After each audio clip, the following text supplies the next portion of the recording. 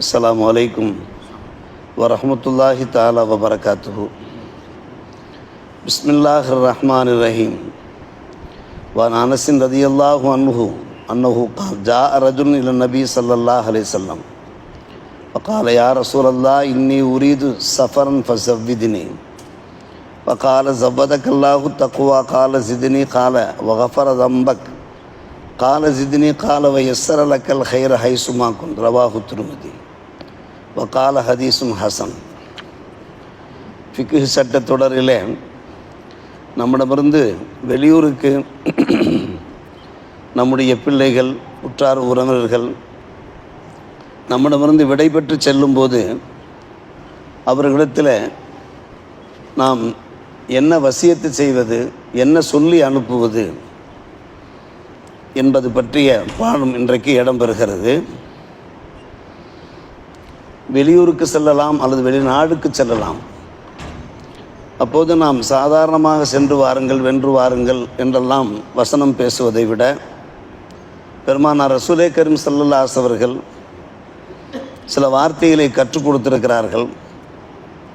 அதை நாம் சொல்லி அனுப்ப வேண்டும்.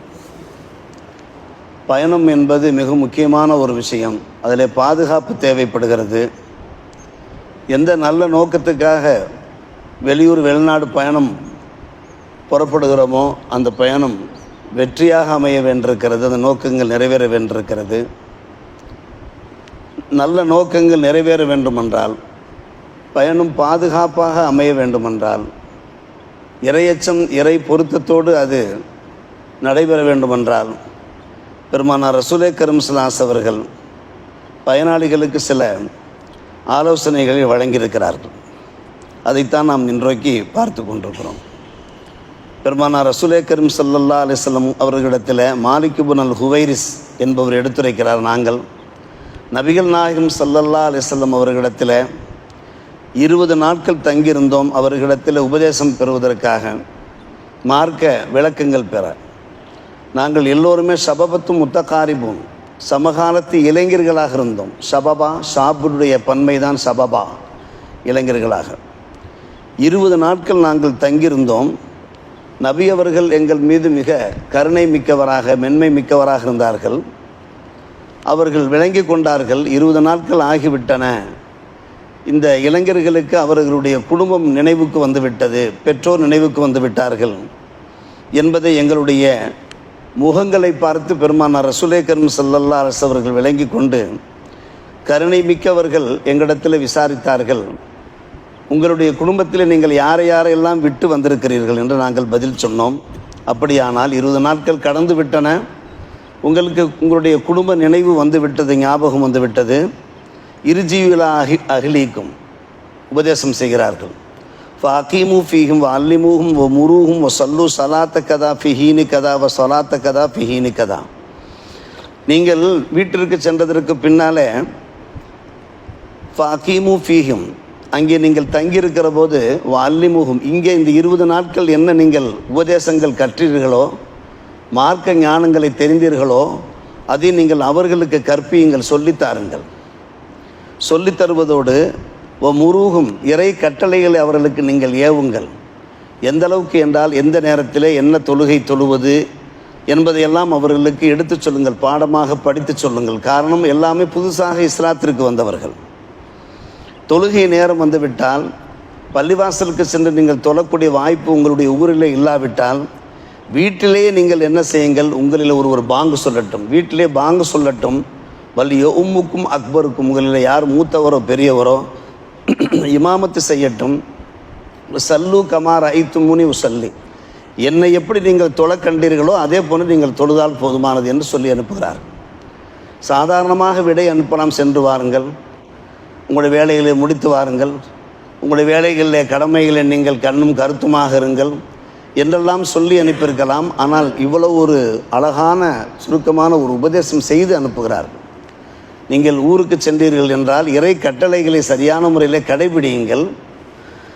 கடைபிடிப்பதோடு எப்படி கடைபிடிக்க வேண்டும் என்பதற்கான அந்த வழிகாட்டுதல்களையும் வழங்குகிறார்கள் என்றால், இதுதான் நாம் பயனாளிகளை நம்முடைய வீட்டிலிருந்து அனுப்பும்போது நாம் செய்ய வேண்டிய உபதேசங்களிலே இது ஒரு உபதேசமாக இருக்கிறது. பெருமானார் ரசூலே கரீம் ஸல்லல்லாஹு அலைஹி அவர்கள் தங்களுடைய அந்திம காலத்தில் ஒரு உருக்கமான உபதேசம் செய்கிறார்கள். அல்லாஹ்வை புகழ்ந்து பேசுகிறார்கள். அம்மாபாத் ஐயுஹன்னாஸ், மக்களே, இன்னமா அன பஷருன், நான் ஒரு மனிதன் தான். யூசிக்க ஏத்திய ரசூல் ரப்பி, எல்லா மனிதர்களுக்கும் அந்த மலக்குள் மௌத்து வருவது போன்று, ரூஹை கைப்பற்றுகின்ற அந்த மலக்குள் மௌத்து வருவது போன்று என்னிடத்தில் வரப்போகிறார். என்னுடைய காலம் நெருங்கிவிட்டது. நான் அல்லாஹ்வை சென்று அடையக்கூடிய காலகட்டம். பெருமானார் ரசூலே கரீம் ஸல்லல்லாஹு அலைஹி அவர்கள் வஃபாத்துக்கு முன்னாலேயே தங்களுடைய வஃபாத் பற்றி முன்னறிவிப்பு செய்து விட்டார்கள். நாம் பல ஹதீஸுகள் வாயிலாக தெரிந்து வைத்திருக்கிறோம். அப்படி என்னுடைய ரப்புனுடைய ரசூல் வந்துவிட்டார், மலக்குள் மௌத்து வந்து விட்டார்னால் ஃபவுஜீப், நான் பதிலளித்து விடுவேன், நான் புறப்பட்டு விடுவேன், அல்லாஹ்விடத்திலே புறப்பட்டு விடுவேன். உங்களிடத்தில் 2 விஷயங்கள் நான் விட்டு செல்கிறேன், சற்று கவனமாக இருங்கள். அவர்கள் பயணம் போகிறார்கள். மீளா பயணம், மௌத்து என்பது அது மீளா பயணம், திரும்ப மீண்டு வர முடியாது. ஆனால் பயணம் வரப்போகிற அவர்கள் தங்களுடைய உம்மத்தாருக்கு அழகிய உபதேசங்கள் அவர்களுக்கு மட்டுமா, அன்றைய காலகட்டத்தில் வாழ்ந்த சஹாபிகளுக்கு மட்டுமா அந்த உபதேசம்? நமக்கும் சேர்த்துத்தான் உபதேசம். உங்களுக்கு 2 முக்கியமான விஷயங்களை விட்டு செல்ல நீங்கள் கடைபிடிங்கள், சரியாக நீங்கள் பின்பற்றுங்கள். நம்பர் 1 கிதாபுல்லா, இறை வேதம், குர்ஆன் ஷரீஃப். அந்த குர்ஆன் ஷரீஃபில் தான் உங்களுக்கு தேவையான வழிகாட்டுதல்கள், நூறு இருக்கிறது, வெளிச்சம் இருக்கிறது, ஜோதி இருக்கிறது. இப்போ ஹுதூபி கிதாபில்லா வஸ்தம் சிக்குபி, அதை நீங்கள் இருக பற்றி பிடித்து வாழ்க்கையிலே கடைபிடிங்கள் என்று சொன்ன பெருமானார் ரசூலே கரீம் ஸல்லல்லாஹு அலைஹி அவர்கள் அதிக ஆர்வத்தை ஊட்டியதோடு என்னுடைய அந்த சுன்னத்தான வழிமுறையும் கடைபிடிங்கள் என்று என்ன செய்கிறார்கள்? ஒன்று நாம் பயணம் புறப்படுவோம், அல்லது நம்மிடமிருந்து பயணம் புறப்படுவார்கள். இருதரப்பாருக்கும் தேவையான உபதேசங்களை பெருமானார் ரசூலே கரீம் ஸல்லல்லாஹு அலைஹி வெளியிடுகிறார்கள். நாம் பெற்ற பிள்ளைகள் வருவார்கள், நம்மிடத்திலே வருவார்கள், நம்முடைய உற்றார் உறவினர்கள் வருவார்கள், குறிப்பிட்ட காலம் தங்குவார்கள், பின்பு புறப்படுவார்கள். அவர்களுக்கு தேவையான கட்டிச்சாதங்கள்லாம் நம்ம கட்டி கொடுப்போம், நிறைய பதார்த்தங்களை எல்லாம் வாங்கி கொடுப்போம், நிறைய ட்ரெஸ்ஸுகள், உடுப்புகளை எல்லாம், ஜுவல்கள்லாம் நாம் வாங்கி கொடுப்போம். எல்லாவற்றுக்கும் மேலாக நாம் செய்ய வேண்டிய உபதேசங்கள் இது இருக்கிறது. இதை நாம் மறந்து போகலாமா? பெருமானார் ரசூலே கரீம் ஸல்லல்லாஹு அலைஹி அவர்கள் நமக்கு கற்றுத்தருகிறார்கள். பயணம் புறப்படும் போது நாமும் அவர்களுக்கு துஆ செய்ய வேண்டும், அவர்களிடத்தில் நாம் துஆ செய்யும்படி கேட்டுக்கொள்ள வேண்டும். நாம் தெரிந்து கொண்ட ஒரு விஷயம். காரணம், தாவத்துல் முசாஃபிர், ஒரு பயணியினுடைய துஆ மறுக்கப்பட மாட்டாது. பயணத்தில் சில சிரமங்களை சகித்து கொண்டு அந்த சிரமத்தோடு சிரமமாக அல்லாஹ்விடத்தில் கையேந்து போது அல்லாஹுடைய கருணை சுரக்கிறது, அவனுடைய கிருபை நமக்கு கிடைக்கிறது. என்பதனால்தான் உமர் ரலியல்லாஹு அன்ஹு அவர்கள் பெருமானார் ரசூலே கரீம் ஸல்லல்லாஹு அலைஹி வஸல்லம் பர்மிஷன் கேட்கிறார். யார் ரசூலா, நான் உம்ரா செய்ய நான் நினைத்திருக்கிறேன். இஸ்தஅதன்து நபி ஸல்லல்லாஹு அலைஹி வஸல்லம் ஃபில் உம்ரா, உம்ரா செல்ல தாங்கள் எனக்கு அனுமதி தாருங்கள். பெருமானார் ரசூலே கரீம் ஸல்லல்லாஹு அலைஹி வஸல்லம் அவர்கள் உடனடியாக சொன்னார்கள், லா தன்சனா யா உஹய்ய மின் துஆய், உம்ராவிலே நீங்கள் மக்கா மதீனாவிலே துஆ கபூலாகக்கூடிய இடங்களிலே துஆக்கள் கேட்பீர்களே, எங்களை நீங்கள் மறந்து விடாதீர்கள் என்று சொன்னார்கள். காரணம், சஃபரிலே செல்லுகிற போது கேட்கிற துஆவுக்கு மதிப்பு இருக்கிறது மட்டுமன்று, செல்கின்ற இடம் புனிதமான இடம், அந்த புனிதமான இடங்களில் கேட்கிற துஆவுக்கு ஒரு தனி மதிப்பும் மரியாதையும் இருக்கிறது. நாம் என்ன சொல்வோம்? செல்லுங்கள், பார்த்து கவனமாக இருங்கள், உடல் நலத்தை நீங்கள் பேணுங்கள் என்று சொல்லி வேறு சில தேவைகளை நம்மிடத்தில் சொல்லி கொண்டிருப்போம். பெருமானார் ரசூலே கரீம் ஸல்லல்லாஹு அலைஹி அவர்கள் பகிர்ந்த விஷயம், நீங்கள் துஆவிலே மறந்து விடாதீர்கள். உமரானவர்கள் அப்படி மெய் சிலிர்த்து போகிறார்கள். யார் யாரிடத்திலே துஆ செய்யும்படி சொல்வது? உலக மக்கள் யாவரும் பெருமானாருடைய துஆவுக்கு ஏங்கி கொண்டிருக்கிற நிலைமையிலே பெருமானாரே தம்மிடத்திலே துஆ செய்யுங்கள் என்று கூறுகிறார்கள் என்றால், உமர் ரலியல்லாஹு அன்ஹு அவர்கள் ஒரு வார்த்தையை சொல்றார், கலிமத்துன் மா யசுர்ருனி அன்னலி பிஹா துன்யா, துன்யாவே எனக்கு கிடைத்து விட்டாலும் கூட எனக்கு அவ்வளவு மகிழ்ச்சி இருந்திருக்காது.